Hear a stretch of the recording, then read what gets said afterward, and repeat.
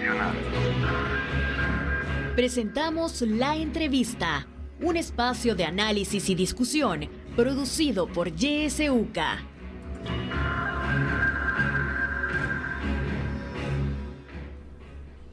Siete con 3 minutos. Gracias por su sintonía a la entrevista de YSUCA. Iniciamos este día. Vamos a conversar con Claudia Interiano, y es coordinadora del área de justicia transicional de la Fundación para la Justicia, y vamos a conversar sobre la migración como un derecho humano. Bienvenida, Claudia. Gracias, buenos días a todos y todas. Un gusto estar en este espacio. Bueno, a usted también muchísimas gracias desde ya por estar en sintonía. Síganos a través de nuestras redes sociales. Recuerde que estamos transmitiendo en vivo esta entrevista a través de Facebook, así que por ahí también nos puede dejar sus comentarios desde ya. Feliz vacación a usted que está disfrutando también. Muchísimas gracias por continuar en sintonía de YSUCA en medio de esta vacación. Claudia, comencemos conversando, quizás por lo básico. ¿Cómo debe entenderse que la migración es un derecho y no debe criminalizarse, porque tiende a criminalizarse a los migrantes?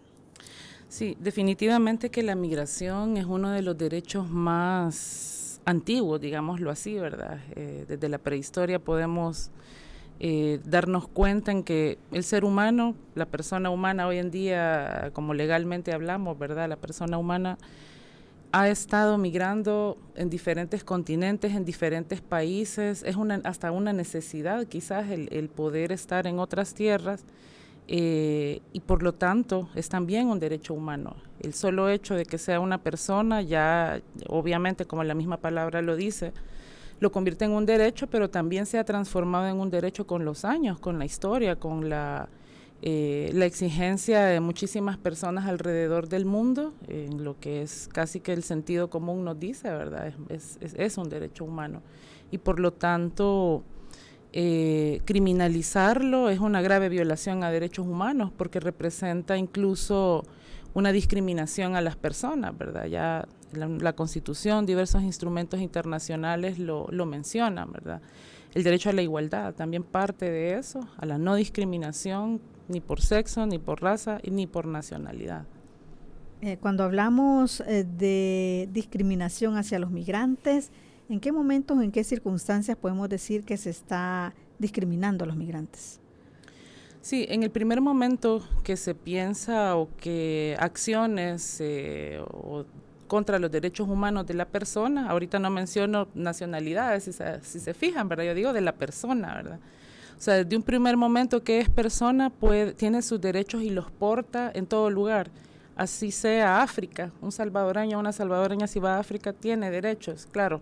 Eso es en los instrumentos, en la legislación, en la protección que también la sociedad le demos a estos derechos en cuanto lo mantengamos vivo, ¿verdad? Definitivamente que va a mantenerse como un derecho, el que no haya una discriminación por ser nicaragüense, por ser de República Dominicana, por ser de Francia, no debe haberla, ¿verdad? Hay una protección a nivel nacional, transnacional y también internacional, y eso es algo que no se nos debe olvidar en ningún momento. Hablemos de un caso específico que, bueno, ha conmocionado a muchas partes del mundo, este caso reciente de México y ese incendio en Ciudad Juárez, donde 66 personas migrantes pues estuvieron afectadas, entre ellas 12 salvadoreños, sabemos que de los cuales 8 han fallecido y el resto está pues lesionado, ¿verdad? Lamentablemente. ¿Qué información tienen sobre esto ustedes, Claudia, que le han dado seguimiento a este caso? Sí, para nosotros, como Fundación para la Justicia, tenemos nuestra sede en México y trabajamos en Guatemala, Honduras y El Salvador, precisamente por esta dinámica de la migración, al menos en esta región, ¿verdad? De lo que comúnmente conocemos del tránsito migratorio desde estos países de origen, que casi siempre han sido El Salvador, Guatemala, Honduras, en su tránsito por México hacia el objetivo común que hasta este momento ha sido en su mayor, digamos, estadística, los Estados Unidos de Norteamérica, ¿verdad? Entonces todos y todas sabemos que algún familiar algún día se fue para los Estados Unidos, eso es casi natural, por ejemplo, en El Salvador. Y hemos visto cómo la migración pues ha sido una cuestión de la familia, ¿verdad? La fundación justamente se crea ya por 2011, cuando otras masacres u otras graves violaciones a derechos humanos fueron cometidas. Vimos algunas noticias, ¿verdad? Muchas de las familias en ese momento que nos relatan vieron las noticias donde la masacre de 72 migrantes, la masacre de fosas clandestinas, la masacre de Cadereyta, donde la mayor parte fueron hondureños y donde se encontraron 43 torsos y no se encontraron sus cabezas. 72 migrantes tuvo muchísimos salvadoreñas víctimas, también fosas clandestinas. Y eso fue desde allá, de 2011, ¿verdad? 2010-2011. En aquel momento, y estoy tratando de hacer un resumen de esto para llegar a la respuesta de tu pregunta, todo esto en aquel momento no se imaginaba nadie de las familias que sus hijos pudieran estar siendo víctimas de esas graves violaciones en ese momento que veían las noticias. Las personas acudían a la Cancillería, a la policía, a la Fiscalía, a algún lugar que les diera la respuesta por la sospecha de que podría ser su ser querido en esa masacre cometida que ellas veían en las noticias. En aquel momento no encontraban ninguna respuesta de las instituciones. La respuesta era en aquel momento, vaya a México, ¿verdad? Porque aquí eso no le podemos acompañar. Si ha desaparecido en México, si le han cometido esa masacre en México, se tiene que ir a México, ¿verdad? Nosotros no podemos acompañarle, no es nuestro territorio. Entonces imagínense, ¿verdad? La mayor parte de las familias de muy, muy escasos recursos, la mayor parte de la gente, mujeres, muchas veces con los nietos, ¿verdad? Yendo y viniendo desde el interior del país a las instituciones para encontrar justicia. Y esto lo pongo como un terrible ejemplo, ¿verdad?, de lo que ha ido ocurriendo desde hace muchísimos años, en los que ha habido una lucha de las familias buscando desaparecidos y víctimas de masacres, y en las que se han ido coordinando de manera multisectorial, bajo propuestas técnicas también muy importantes con los estados, en los que familias, sociedad civil y estados han estado haciendo una articulación para la investigación de estas masacres, para la identificación de los cuerpos encontrados en esas masacres que mencioné, que son algunas de las masacres y graves violaciones, solo son algunas lastimosamente, para las repatriaciones de aquellos cuerpos. Incluso en algunas de esos masacres que mencioné, por ejemplo la masacre de 72, en su momento el Estado mexicano repatrió cuerpos equivocados a Guatemala. Aún a la fecha estamos tratando de que esas familias obtengan una respuesta en la revisión de exhumaciones que se hagan. Claro, repatriaron el cuerpo a Guatemala desde México, las personas inhumaron el cuerpo nuevamente, ¿verdad?, en los ritos que como centroamericanos también tenemos, ¿verdad?, para darle digna sepultura y todo esto, pero las familias quedaron siempre con la duda y ante todos esos errores que cometió México. Sin embargo, por eso fue que se hizo una articulación, sociedad civil y Estado, que allá en México se llama Comisión Forense, y que es novedosísima, es algo similar a lo que tenemos acá en El Salvador, que es el Banco Forense de Datos de Migrantes No Localizados, que está integrado por Procuraduría para la Defensa de los Derechos Humanos, la Cancillería de El Salvador, el Comité de Familiares de Migrantes Fallecidos y Desaparecidos y la Fundación para la Justicia también asesorando. Entonces, ¿por qué los menciono? Este incidente del 27 de marzo en Ciudad Juárez no es el primero, no es el primero. Y es indignante que durante tantos años haya tanta impunidad de tantas masacres contra salvadoreños y centroamericanos, contra mexicanos. Gente que en su derecho a migrar ha transitado por México con su objetivo hacia los Estados Unidos, no tienen por qué descuidarlos como personas, aún hayan sido detenidos, aún estén en procesos de asilo o de refugio. El caso de Victoria Salazar es otro. Ella tenía una protección en Quintana Roo y fue asesinada por la policía. No son los hechos de Ciudad Juárez no son los primeros, pero ya hay una necesidad urgente. Lastimosamente, este tipo de hechos abren a veces oportunidades para que tal vez nuestros gobiernos comprendan la urgencia de la transnacionalidad del acceso a la justicia, de que aquella señora que viene de Chalatenango a pedir justicia aquí a San Salvador, por la misma centralización de la justicia, ¿verdad? Como está el acceso, a veces no tiene pero ni 25 centavos para poderse venir en un bus con todo y nietos del ser migrante, ser querido migrante que desapareció o fue asesinado. Estos hechos del 27 de marzo no es la primera vez. Sabemos que en México hay más de 112,000 personas desaparecidas según la Secretaría de Gobernación, y ahí no hay una desagregación en esa cifra de personas migrantes. 112,000 personas, y eso es lo que está registrado.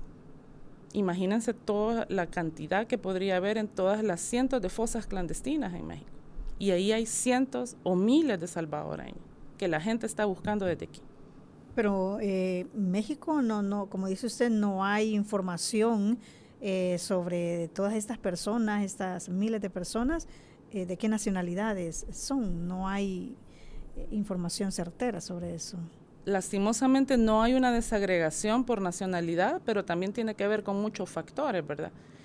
Tiene que ver con esta realidad de las fosas clandestinas, de las fosas comunes. Hay un caso que tenemos desde El Salvador en este tema de acceso a la justicia transnacional. 4 personas salvadoreñas que fueron asesinadas en México, en Tamaulipas, y estas personas fueron identificadas en su momento, pero fueron inhumadas a la vez, después de tomarle los datos, fueron inhumadas en fosas comunes, en las que ahora ni la fiscalía, ni los tribunales, ni nadie sabe dónde están los cuerpos. Entonces, ¿cómo vamos a hacer las repatriaciones? Hay que hacer la exhumación de esas cientos de fosas comunes en México para darle una respuesta a las familias y que inicie otro proceso en su vida, de su proyecto de vida. Y eso solamente se puede al más alto nivel. Uno de las familias de estas víctimas una vez nos dijo, aquí lo único, cuando comprendió la magnitud de lo que está ocurriendo en México, aquí lo único que puede haber es que los presidentes hablen y se pongan de acuerdo, dijo. Yo lo que pido es que puedan repatriar el cuerpo de mi hermano y poderlo sepultar en El Salvador de manera digna para darle una respuesta a mi mamá antes que se muera, dijo. Él es el hermano de la víctima allá en Tamaulipas. Entonces, esa es solamente una muestra de lo que está ocurriendo. Y en este momento, el acceso a la justicia transnacional es inminentemente fundamental. Ya no solamente podemos exigirle a México, lo que obviamente es una responsabilidad del Estado, de proteger a la persona humana independientemente de su nacionalidad.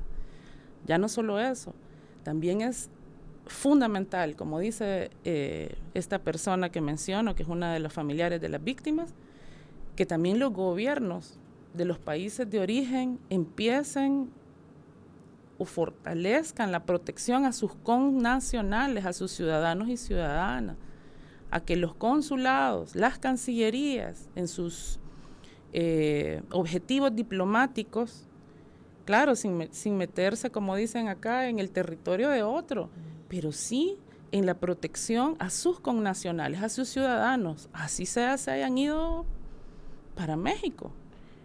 Ahí es donde las relaciones diplomáticas son urgentes, para entablar propuestas específicas que nosotros, en este caso incluso, lo hemos colocado a los gobiernos. Estamos totalmente a la disposición a partir de la experticia que tenemos en terreno y en la visión de la justicia transnacional, a colaborar con los gobiernos para que se hagan identificaciones, notificaciones y repatriaciones dignas a la gente, para que se haga una debida diligencia en la investigación. Si la investigación debida no se hace, la impunidad va a continuar. Esto incluso debe ser liderado por los gobiernos. Es una responsabilidad.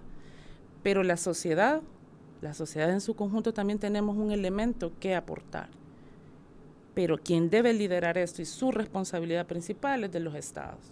Y en este dato que usted daba, Claudia, de esta posibilidad de que en esas fosas clandestinas de México hayan muchos salvadoreños que pudieron haber iniciado su camino hacia Estados Unidos y acá se dan por desaparecidos, pero puede ser que muchas de esas personas, como usted dice, lamentablemente formen parte de ese número, ¿verdad?, de personas que están en esas fosas clandestinas en México.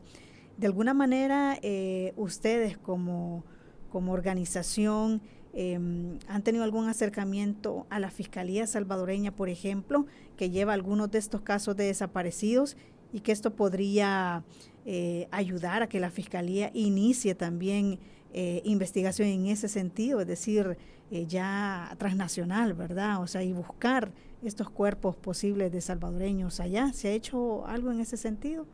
Sí, nosotros hemos impulsado junto a las familias de cientos de desaparecidos lo que llamamos mecanismo de apoyo exterior de búsqueda e investigación. Fue una propuesta técnica elaborada y hecha para la Fiscalía General de la República Mexicana. ¿Por qué? Porque es el principal responsable, ¿verdad?, por ser el territorio donde han desaparecido o han sido víctimas de alguna grave violación a derechos humanos. Entonces, esta propuesta se presentó allá, está creado entonces desde diciembre de 2015, este mecanismo de apoyo exterior. Hemos venido interponiendo casos, la Fundación por el momento lleva solamente 124 casos, pero esa cantidad no refleja, ¿verdad?, toda la magnitud. Es lo que humanamente nosotras hemos podido representar jurídicamente como abogadas. Y este mecanismo tiene un enfoque transnacional, también es muy novedoso. Si bien es cierto, desde 2015 hemos venido trabajando con la Fiscalía General de la República de México. Existe también la Comisión Nacional de Búsqueda Mexicana con ese enfoque transnacional, donde se ha creado una mesa de búsqueda para las personas migrantes. Fíjense bien, vean, mesa de búsqueda para personas migrantes. Eso quiere decir que estos dos mecanismos, para poner un ejemplo, representan una oportunidad para nuestros gobiernos como El Salvador, Guatemala, Honduras, para articular de la mejor manera desde las fiscalías, cosa que ya hemos estado haciendo también con la Fiscalía de El Salvador, porque las instituciones homólogas se comunican, ¿verdad? Fiscalía General Mexicana, Fiscalía de El Salvador, igual con Guate y Honduras, para realizar diligencias de investigación respecto a los casos que representamos. Y entonces en esa medida quisiéramos que nuestros gobiernos estuvieran también desde los funcionarios, coordinando desde los consulados, desde las oficinas de ombudspersona, que acá la Procuraduría para la Defensa de los Derechos Humanos ha sido fundamental para el seguimiento de estos casos, incluso en el acompañamiento psicosocial.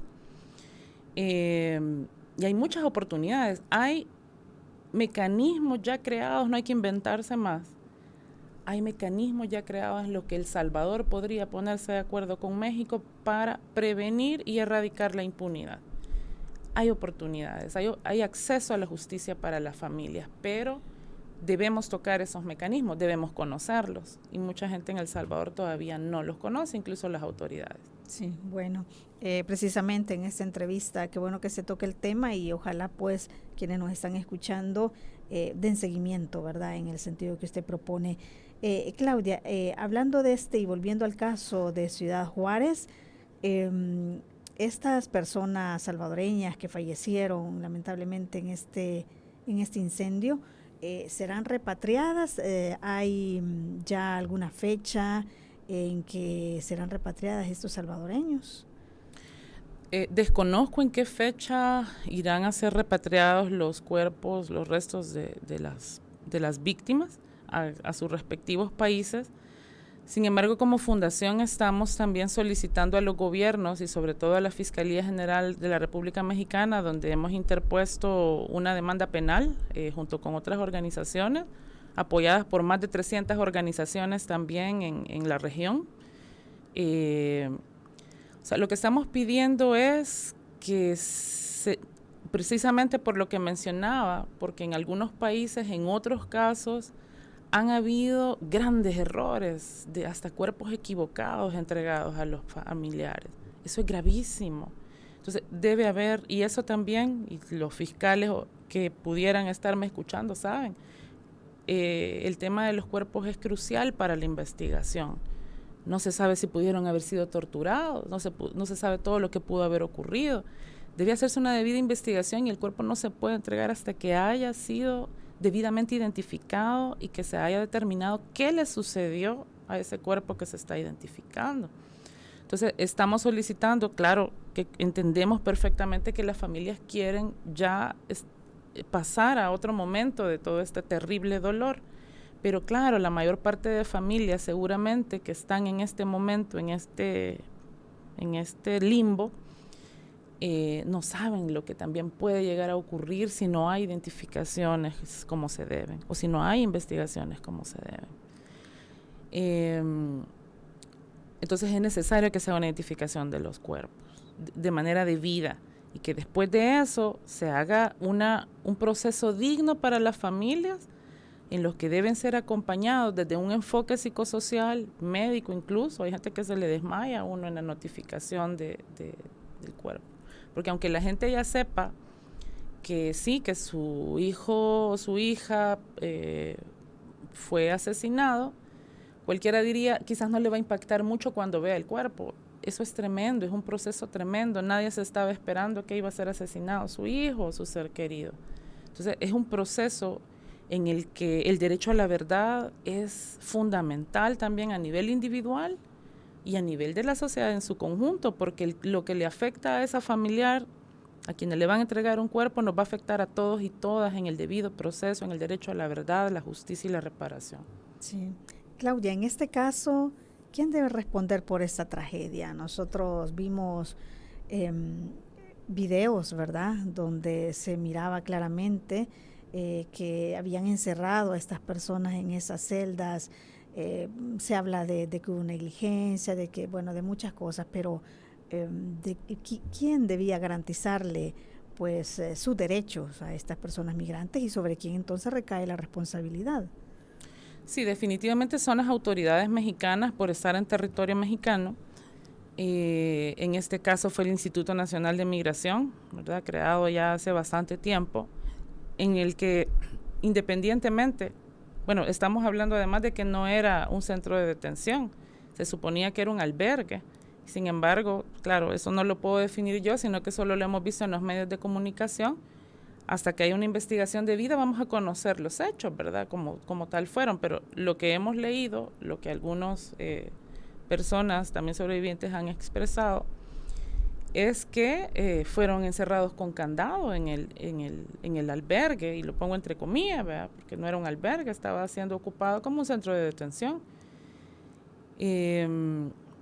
Y entonces el Instituto Nacional de Migración y las autoridades que estaban ahí, al no velar por esos derechos de las personas, por la integridad personal, ¿verdad?, no estamos hablando, y nuevamente insisto, no estoy hablando de nacionalidad, la integridad personal, el derecho a la vida de la persona humana, que son básicos, no fue protegido. Y ahí hay graves responsabilidades de estos funcionarios. Claro, ese es el más específico, pero en sí, la política pública del Estado mexicano, pues definitivamente que tiene que ver también una responsabilidad de las más altas autoridades, al no reflejar incluso después o en estos momentos si no hay una responsabilidad respecto al derecho a la verdad, a la justicia y la reparación. Ellos son los principales responsables. Sí. Hablemos también, Claudia, antes de irnos a la pausa, nos quedan unos minutos todavía. Bueno, estas personas de todas estas nacionalidades que lamentablemente pues resultaron afectadas en este incendio en México, habrán salido de sus países por diferentes razones, ¿verdad? Como la mayoría inmigrantes, falta de oportunidades, y entre ellos pues esos salvadoreños. También cuál es la responsabilidad de los países, ahora sí, países de origen, ¿verdad?, que pues por la falta de oportunidades prácticamente obliga a la persona, ¿verdad?, a tener que buscar otra forma de vida, el querer mejorar su calidad de vida, y por eso tiene que enfrentarse a todo este riesgo, ¿verdad? Porque, bueno, hay muchas campañas donde dicen, mire, no migre, mire, esos son los peligros, pero bueno, es que las necesidades de la gente pues son muchas, ¿verdad? Y pues como digo, prácticamente están obligados, ¿verdad?, a marcharse de su país y buscar otras oportunidades. ¿Qué deben hacer también los países de origen para evitar esta situación? Sí, hay diversas principales causas, ¿verdad?, de la migración. Cada quien ante la diversidad humana define, decide, opta o es obligado también a irse del país. Una de las principales pues ha sido el tema del empleo y las oportunidades de trabajo. Con las personas que trabajamos, pues eso es lo que nos dicen, ¿verdad? Eso es lo que nos expresa la gente. Y así diversas situaciones, ¿verdad? Por ejemplo, en Guatemala es el tema de expropiación de tierras y mucha de la población indígena precisamente por eso se va, sobre todo los más jóvenes, gente que no habla bien el castellano, por ejemplo, sino que tiene otro idioma. La gente de Honduras también va por la misma medida, ¿verdad? El tema de oportunidades y el tema socioeconómico. Entonces, en esta medida, bueno, hay diversas, hay gente que también es por reunificación familiar, pero en sumas, sea cual sea la razón o la no razón por la que se vaya la gente, es un derecho humano migrar. La gente se puede ir y debería ser protegida por los estados en ese camino. Claro, lo mejor es que fueran documentados, ¿verdad? Toda esa gente va sin documentos. ¿Por qué? Porque no van a tener opción a obtener una visa. El nivel de requisitos que requiere, valga la redundancia, el Estado mexicano son diversos, ¿verdad? Y sobre todo tiene que ver con el ingreso económico. Entonces, en esta medida, la responsabilidad de los países de origen tiene que ver con la protección a sus connacionales, sobre todo en ese tipo de casos que estamos hablando. Claro, si hubiera una oportunidades de empleo para personas jóvenes, para el desarrollo humano, para el desarrollo profesional, con buenos salarios, ¿verdad? Eso es algo que en algún momento esperaríamos que se pudiera alcanzar, ¿verdad? Con la población, pero son los más jóvenes los que se están yendo como siempre. La gente con mayores talentos se va del país. Y son los que están siendo víctimas de estas graves violaciones a derechos humanos. Entonces, en ese sentido, los países de origen son responsables de la protección a sus conciudadanos en todo momento. Hemos tenido a veces expresiones de que, bueno, si ya se fue, ¿para qué lo dejó ir?, le dicen a los familiares. ¿Y cómo la mamá lo va a obligar a que no se vaya? La gente tiene otra visión de sus proyectos de vida y no nos podemos meter con eso. Cada quien es diverso y diversa y en ese sentido van a tomar diferentes decisiones. O decisiones debido también a que están obligados a proteger su propia vida en muchas ocasiones o su libertad. Claro, así es. Vamos a hacer una pausa en este momento. Cuando regresemos, usted podrá también, como siempre, participar en esta entrevista. Ya volvemos.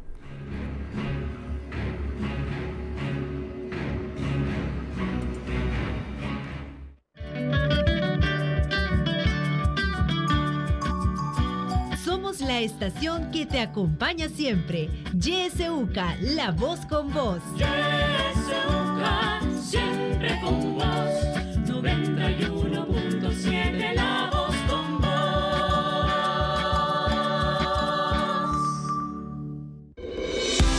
En la internet puedes buscarnos en nuestra página web www.ysuca.org.sb, en Twitter como @ysuca917 y en Facebook como Radio YSUCA 91.7 FM. YSUCA, contigo en la nueva era digital. Yo diría que el pueblo haga oír su voz. Hora 10. Que la realidad tome la palabra a través de la ciudadanía activa. Que reflexionen sobre la situación del país, que exijan ser bien informados. Hora 10. De lunes a viernes a partir de las 10 de la mañana. Le esperamos.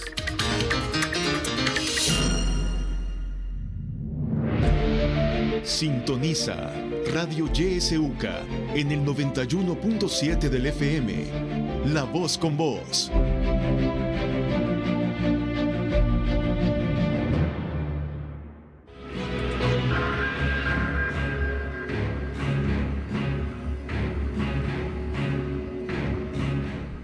Siete de la mañana con 32 minutos. Continuamos con el espacio de la entrevista. Estamos hablando sobre la migración como un derecho humano. Nos acompaña en la cabina YSUCA Claudia Interiano. Ella es coordinadora del área de justicia transicional de la Fundación para la Justicia. Como le dije, usted puede participar. Recuerde, siempre habilitado nuestro número de WhatsApp 7571-2779 y nuestros números directos, del cual ya tenemos una llamada. Buenos días. Buenos días, Kenia, y a la licenciada Claudia Interiano, que creo que ya la he escuchado en otras ocasiones, ¿verdad? Pues mire que lastimosamente yo soy una persona que vive aquí sola, ¿verdad? No tengo con quién expresarle ese dolor que siento al ver, y sobre todo esa clase de muerte, ¿verdad? De ese quemados, es una muerte tan terrible. Pero bueno, como dicen, ya naturalizamos todo, ¿verdad? Yo no, aquí no tengo que decir yo que me siento impactada o algo así, ¿verdad? O de repente trato de conversar con alguien y cómo tienen ese valor, Dios mío, digo yo, tanto es la necesidad, ¿verdad?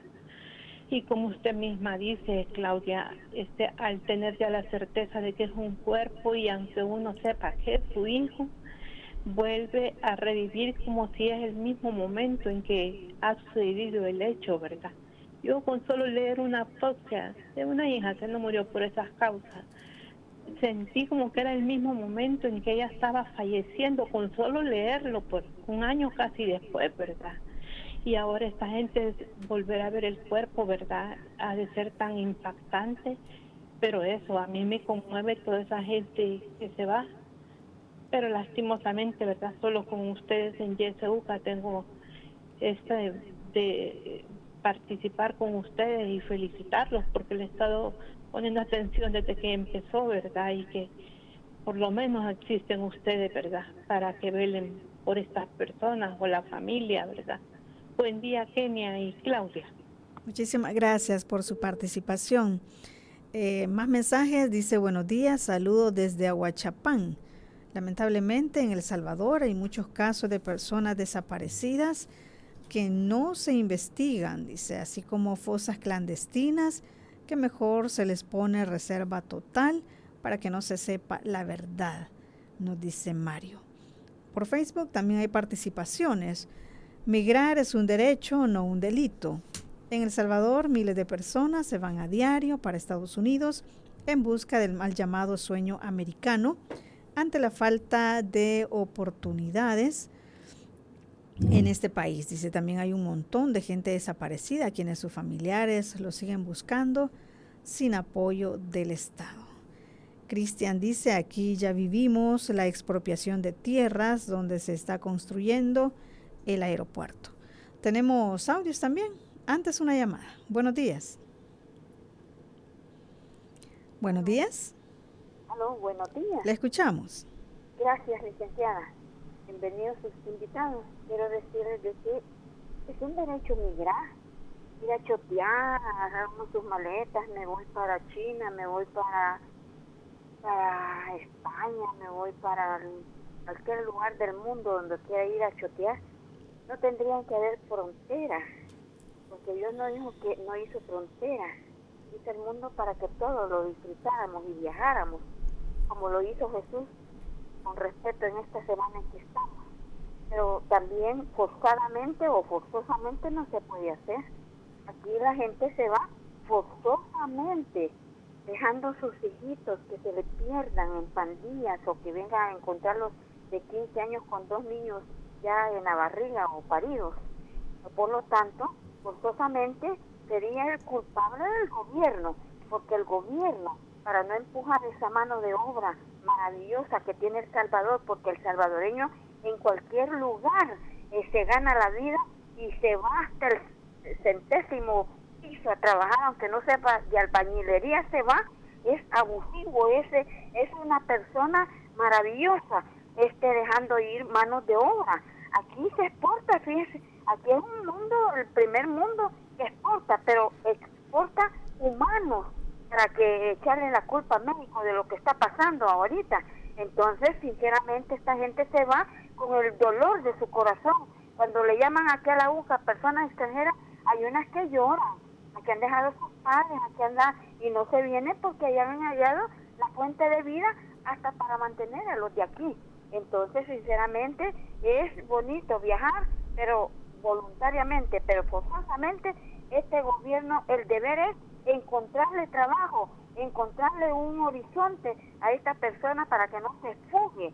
Entonces, que no le vaya a pedir al señor Obrador que cómo fue el incendio. Pueden platicarlo, porque son humanos los que murieron.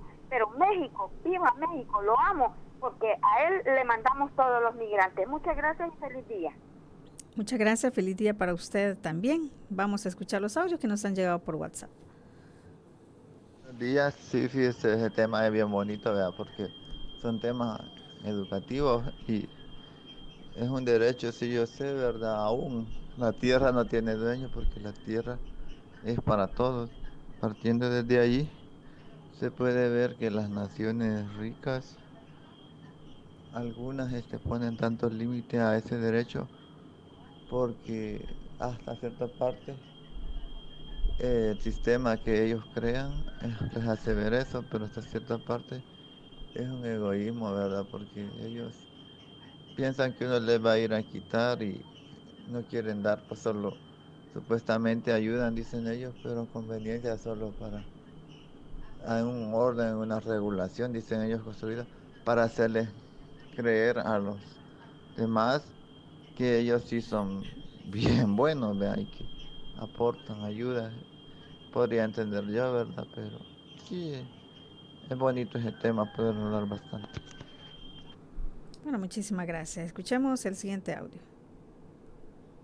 Buenos días, licenciada. Es un gusto saludarles. Primero, solidarizarme con esa familia que están atravesando esta situación tan dolorosa. Y todos sabemos que ese camino de migración buscando un futuro mejor es algo bien fuerte, bien doloroso, tanto para el que se va como para el que se queda. Y más triste cuando sabe que el familiar fracasó por el camino. Yo viví junto a una amiga eso, cuando masacraron cierto grupo a las personas y los decapitaron. Decirles que esa pobre mujer iba cada semana al Ministerio del Exterior y que eso destrozó la vida de ella también. Y duele. Gracias. Bueno, muchísimas gracias por su mensaje. Agrega en otro que no recuperó el cuerpo de su hijo. Muy buenos días, dice otro mensaje, bendiciones. Mi comentario es que el régimen impuesto por el presidente ha ocasionado también grave situación para aquellas personas que temen ser capturadas y por eso buscan otros lugares para migrar. Bueno, es parte de las participaciones que nos han llegado.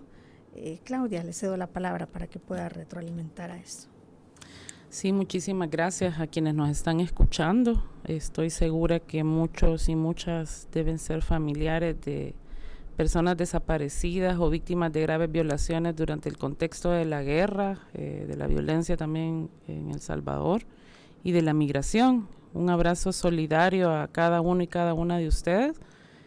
Muchos de los comentarios reflejan incluso esa vivencia de la que hablábamos hace un ratito, ¿verdad? El tema del derecho a la verdad de la sociedad en su conjunto. Cuánto El Salvador desde, me atrevo a decir, desde 1932 hablamos de masacres, ¿verdad? Hablamos de masacres contra la población indígena, masacres y desapariciones y graves violaciones a derechos humanos contra la población civil. Hoy también estamos hablando de este tema, de graves violaciones a derechos humanos y en el específico del contexto migrante, que es algo que en El Salvador no mucho lo hemos hablado, no mucho lo hemos conversado, lo que sucede en otro país. En este caso, en específico, México sí es responsable de lo que ocurrió. Claro, es un país precioso, ¿verdad? Hay mucha gente bella en la que no podemos juzgar, no podemos más que agradecer también mucho a México lo que ha apoyado incluso El Salvador, pero también hay una realidad que no podemos obviar y de que mucha gente se está yendo para allá, incluso ahora ya no solo como país de tránsito, sino que como país de destino. y esa responsabilidad debe ser abarcada por las autoridades. La verdad, justicia y reparación no es nada más un poema, ¿verdad? Son derechos establecidos para las víctimas, en las que, si bien es cierto, nadie va a reparar la pérdida de un ser querido, pero sí debe restituirse, debe haber una sanción a los responsables a todo nivel. Debe haber en alguna medida una restitución a esa pérdida, a ese dolor que es no es algo medible, ¿verdad? Y eso haría, y sabemos que también los gobiernos de origen se están moviendo con México para estas conversaciones, estableciendo quizás lo que tal vez en muchos otros casos hemos exigido. Se están moviendo justamente para exigir, ¿verdad?, justicia y reparación. Claro, hay muchas cosas en las que insistimos, la sociedad civil y las familias deben estar, se debe garantizar la participación en estos procesos, porque no estamos empezando de cero, ya hay mecanismos que están creados, ya las familias saben también, obviamente, lo que exigen, ¿verdad? Entonces, esa articulación es muy necesaria en una crisis como esta, a nivel humanitario, en la movilidad humana. No puede solamente quedarse el Estado, si bien es cierto, debe liderar, pero los países de origen, tránsito, también deben establecer articulaciones con la familia. Y no estamos empezando de cero. Esto daría un gran ejemplo, incluso para todo lo que se ha venido hablando a nivel internacional. Hay un instrumento que, si bien es cierto, no es de obligatorio cumplimiento, pero que sí ha sido una conversación sobre la migración a nivel mundial. Es el Pacto Mundial para una Migración Segura, Ordenada y Regular. En un primer momento, este pacto estaba justamente conversado para establecer sobre todo límites a la migración. ¿Qué fue lo que ocurrió? La sociedad civil y las familias de desaparecidos o de familias de víctimas de graves violaciones a derechos humanos insistieron a nivel mundial que debía haber una protección a las personas. Y esto está consagrado luego de muchas exigencias y luego de muchas pláticas con gobiernos, inclusive El Salvador, Guatemala, Honduras y México, que han sido líderes en este tema del Pacto Mundial. Y hay 2 objetivos en específico que fueron logrados gracias a las familias y a la sociedad civil.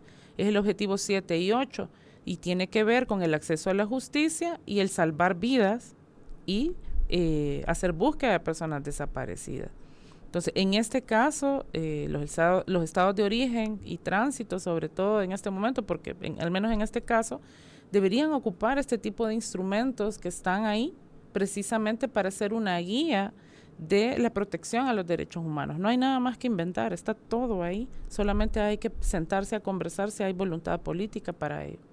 Claro, es importante eso. Claudia, también quisiera ahondar un poco más cuando usted hablaba de cuántas personas, ¿verdad?, pues desaparecen cuando van en esta ruta hacia Estados Unidos. ¿Qué es lo que digamos lleva a que estas personas desaparezcan? Bueno, estas personas en su ruta se encuentran, por ejemplo, con red de tratantes de personas, ¿verdad?, que pudieran estar pues involucradas en estas desapariciones, pero ¿qué más, qué otros riesgos se enfrentan estas personas que migran y que puede llevar a una desaparición?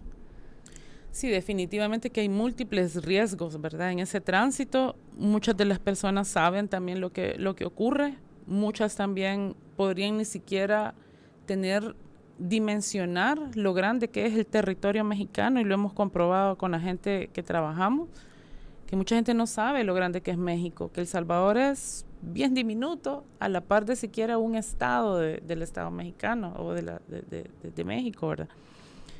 Hay muchísimos riesgos. La criminalidad, pues, es la primera, ¿verdad? Las redes de tráfico de órganos, las redes de explotación sexual, las redes de explotación laboral, están a la orden. Claro, en esa criminalidad lo que sucede también es que en todo ese corredor, pues existen también autoridades que están protegiendo, que deberían estar monitoreando lo que ocurre en su propio territorio, ¿no? Entonces, no creemos que esas autoridades no estén ahí cuando esto ocurre.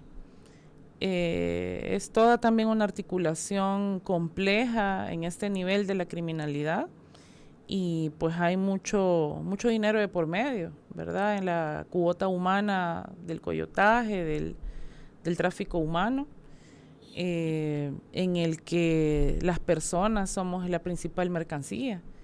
Entonces, este es la principal, ¿verdad? El principal de los riesgos, y también, pues bueno, las mismas aristas que representa el territorio, pues como los ríos, ¿verdad? La gente lo que se expone por ir huyendo de puntos en los que van a pedirles los documentos, ¿verdad? Entonces la gente va por otras vías y entonces se expone a ríos, a desiertos. Bueno, en Estados Unidos eso ocurre también, aunque sabemos que también hay ranchos donde están capturando a la gente para luego explotarlas también laboralmente o sexualmente. Y es bien interesante porque dentro de esta medida, esto no es un estudio, ¿verdad? Sino que son tal vez conclusiones a partir de la experiencia que también tenemos. La gente para el tráfico, para la explotación, prefiere a los salvadoreños o a las salvadoreñas. Se dice que somos los más trabajadores, ¿verdad? El mismo Roque Dalton lo mencionaba en uno de sus poemas. Prefiere a las salvadoreñas y los salvadoreños precisamente porque somos más trabajadores y a las mujeres porque somos más calladitas. Entonces, ese nivel es interesante. Como dije, esto no es un estudio, sino que son percepciones mías, tal vez, muy de la experiencia que se tiene y también de lo que otras organizaciones hemos conversado. Y entonces el salvadoreño y la salvadoreña casi siempre se piensa que sí va a llegar a los Estados Unidos. Y ustedes van a notar incluso en el tema del coyotaje, es al salvadoreño al que más le cobran el dinero por el viaje, ¿verdad?, que se hace. Es más costoso que a personas de otras nacionalidades. Es mucho más costoso que para un hondureño. Un hondureño no puede pagar $14,000, que es lo que he escuchado se está cobrando en este momento. Ni un guatemalteco. Son población indígena. ¿Pero por qué se piensa eso? Porque en Estados Unidos ya hay muchos salvadoreños que pues sí, le van a poder dar mediante remesa, ¿verdad?, esa plata para ir pagando eso. Claro, esta persona seguramente tendrá 3 trabajos en Estados Unidos para poder ayudar a su familia en El Salvador. Entonces, es toda una dinámica de la migración en la que es necesario también que nuestro país pues tenga ese contexto, ¿verdad? El que para poder tener una investigación de vida, política pública para la prevención, ¿verdad?, para planes que tengan que ver con los derechos económicos, sociales y culturales, hay que entender toda la articulación de la migración en su origen, tránsito y destino, de las diversas razones por las que puedan irse, razones o no razones, como dije antes, pero sobre todo mantener en la estructura, en la columna vertebral de todo esto, la protección a la persona humana, en cualquiera de sus derechos. ¿Y se tienen datos sobre cuántos salvadoreños habrían desaparecido en esta ruta migrante, Claudia? Esa es una gran, enorme pregunta. Lastimosamente, en temas de cifras de personas desaparecidas, siempre pues los estados no cuentan a las personas desaparecidas y sobre todo en el contexto de migración es más complejo precisamente porque no hay una manera de cómo contarles, ¿verdad? Pero es las organizaciones no gubernamentales o las de sociedad civil quienes están, o los de familiares también de desaparecidos, quienes están teniendo sus propias cifras. Acá el Comité de Familiares de Migrantes Fallecidos y Desaparecidos, COFAMIDE, que es parte del Banco de Datos Forenses de Migrantes No Localizados, tiene un promedio de 350 casos, que de hecho están en el Banco de Datos Forenses junto al equipo argentino de Antropología Forense, que es otra organización que olvidé mencionar y es quizás la que lidera este proceso anteriormente en la entrevista. El equipo argentino está haciendo una labor titánica de identificaciones, desapariciones, toma de muestras de ADN de la gente que está buscando a sus desaparecidos. Acá ya ha habido respuesta a muchos de esos casos junto a la Cancillería y la Procuraduría para la Defensa de los Derechos Humanos y la Fundación. Entonces, se está manejando esa cantidad, pero no refleja, ¿verdad?, la magnitud de todo esto. Nosotros tenemos otros 124 casos, más o menos así, ¿verdad?, llevamos, pero imagino yo que la Cancillería deberá llevar algún dato sobre los avisos que mucha gente pues acude a preguntar, a solicitar apoyo, y debe tener otro número, ¿verdad? Igual la Oficina de la Procuraduría para la Defensa de los Derechos Humanos, que son las instituciones quizás a donde más se aboca la gente. Las Policías Nacional Civil yo creo que sería una institución importante también, ya que está en todas las áreas territoriales, ¿verdad? Que pudieran conocer en alguna medida la policía dónde remitir o a la persona que le solicite una asesoría en temas de migración y de las desapariciones. Y de estos 350 casos o más que puedan haber, Claudia, son personas que han desaparecido, ¿desde qué años? Es desde el 2010, pero esta cantidad fluctúa porque de esos 350 casos han habido ya respuestas, ya han habido encuentros de personas fallecidas, lastimosamente, pero vienen más, ¿verdad? Hay muchos más casos ahí. Pero es de la gente que ha conocido del banco de datos forenses, se ha abocado a alguna de estas instituciones y se le ha hecho la toma de muestra de ADN para luego ver cómo desde estas instituciones se hace un intercambio de información genética con lo que ya existe en México, en los Estados Unidos. De hecho, hay otra coalición de organizaciones en los Estados Unidos que se llama The Forensic Border Coalition, donde también está el equipo argentino y la fundación, junto con organizaciones allá como Colibrí, que están haciendo lo que los estados deberían estar haciendo: identificaciones con dignidad, notificaciones con dignidad, con toda la información que requiere para poder decir, mire, este es el cuerpo de su hijo, ¿verdad? Y no solamente darle una hojita a la persona, sino que todo un informe de eso, una repatriación digna, para que luego inicie otro proceso emocional, incluso aunque tenga la respuesta de tener ese cuerpo, ¿verdad? Y poderlo darle cristiana sepultura o digna sepultura. ¿Habrán casos de estos en los que se ha logrado encontrar a la persona desaparecida con vida? Sí, hemos encontrado a personas con vida. Claro, la mayor parte casi siempre han sido víctimas de explotación sexual. Es muy difícil el tema porque hay muchas situaciones que ahí se mueven. También hemos encontrado, sí, con vida a otras personas, sobre todo hondureñas, mediante diversos mecanismos, ¿verdad? Pero sí, se pueden encontrar con vida. No siempre es nuestro principal objetivo, y eso es debido a lo que las familias también nos piden: encontrar con vida a mi ser querido.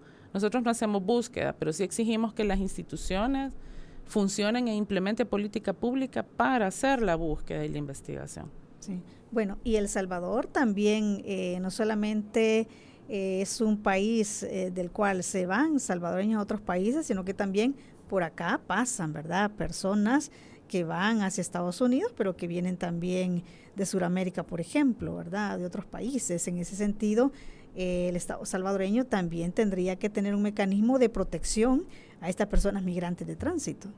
Así es, totalmente de acuerdo. Hay mucha gente nicaragüense que viene a El Salvador a trabajar, y sí, sabemos que también ha habido en algunas situaciones, sobre todo en el acceso a la educación, discriminación en algunas escuelas, en algunos lugares. Sí, definitivamente también somos un país donde los centroamericanos y sudamericanos están viniendo. Sí. Claudia, cuando usted decía que estas personas que, bueno, tienen a su familiar y están en la búsqueda de sus familiares desaparecidos, finalmente pues encuentran a su familiar, ya sea vivo o muerto, lamentablemente, o todo ese proceso que llevan en la búsqueda, porque muchos llevan años, ¿verdad?, buscando a sus seres queridos, muchos con la esperanza, sobre todo las madres, ¿verdad?, cuando hemos conversado con ellas, con la esperanza de encontrar a su hijo o a su hija con vida. ¿Quién atiende a estas personas en ese proceso de búsqueda? Porque ha de ser una situación muy difícil, ¿verdad? ¿Quién les acompaña? Y psicológicamente, ¿quién les da atención? ¿Quién les da ayuda? Mire, como es una situación titánica, ¿verdad? Y lastimosamente son cientos de personas las que se acogen al acompañamiento. Lo que hemos podido lograr es una articulación, al menos en El Salvador, ¿verdad?, con la Procuraduría para la Defensa de los Derechos Humanos, quien ha hecho una labor también titánica con muy poco recurso humano para acompañar a las familias. Pero es ahí también donde hemos logrado visualizar que los comités de familiares hacen una labor también titánica para acompañar entre sus pares a otros familiares. Hemos visto cómo es de importante cuando un familiar que ya ha estado pasando por ese proceso escucha a otro familiar que apenas empieza, ¿verdad? Entonces, solo esa persona que es nueva, digámoslo así, viene y sabe que quien le está escuchando ya ha pasado por esto, solo eso ya a la gente le ayuda mucho. Son sus pares, ¿verdad? Claro, esto requiere otro nivel de acompañamiento profesional también, pero no estoy desmeritando esto que mencionaba de los comités de familiares. Así lo vemos en Guatemala, en Honduras, en México, donde trabajamos. En Guatemala trabajamos con el ECAP, que es muy conocido, ¿verdad?, por los estudios las investigaciones que han tenido ellos también a nivel psicosocial. Han trabajado en El Salvador también apoyando mucho en los casos de la guerra. Y bueno, en este acompañamiento también pues hay psicólogos y psicólogas que nos han estado también apoyando incluso de manera voluntaria en muchas situaciones de este nivel. Organizaciones no gubernamentales, incluso con médicos también. E insisto, es una articulación en la que no podríamos llevar un caso jurídico bajo una mirada de litigio estratégico sin el acompañamiento, porque un día una señora puede decir, mire, sí quiero llevar una denuncia, y al otro día le puede decir que no, y es válido, porque ese continuum, por algo de la desaparición, es una tortura, ¿verdad? Porque el continuum de vivir de esa manera todos los días es una tortura. En todos lugares va a ver a su ser querido, en todos lugares piensa que ya va a volver o que le va a llamar. Entonces es continuo, ¿verdad? Incluso a la gente que representamos, que ha recibido respuesta en torno a que sí han repatriado el cuerpo de sus seres queridos, esa gente también vive en otro limbo, ¿verdad? Es el limbo del acceso a la justicia, a la investigación, al por qué le ocurrió esto a mi hijo, por qué me lo devuelven en un ataúd, ¿verdad? Cuando yo lo esperaba que estuviera vivo. Entonces, ese es otro acompañamiento, otro tipo de acompañamiento casi que cotidiano que la gente también necesita. Bueno, pero ustedes pues están haciendo su parte, ¿verdad? Están acompañando a estas personas o articulando, ¿verdad?, en lo que se pueda, y qué bueno que hay pues organizaciones o fundaciones, ¿verdad?, de este tipo que pues le echa la mano a los familiares de las personas migrantes desaparecidas también. Muchísimas gracias, Claudia, por haber estado con nosotros. Muchísimas gracias a ustedes, y no quisiera dejar de decir que la responsabilidad es de los estados, ¿verdad? Nosotros como sociedad civil colaboramos y articulamos, pero la responsabilidad principal de proteger los derechos humanos de las personas migrantes son de los estados. Claro, así es. Muchísimas gracias a usted también por habernos sintonizado. Le invito a que nos busque en nuestras redes sociales y comparta esta entrevista, que queda en Facebook y también en nuestro canal de YouTube. Que tenga una semana bonita y continúe disfrutando de sus vacaciones. Buen día.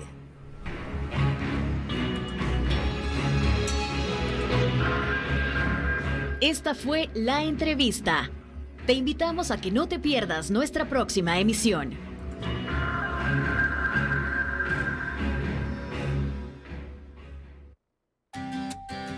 Disfruta tu mañana en compañía de Radio YSUCA.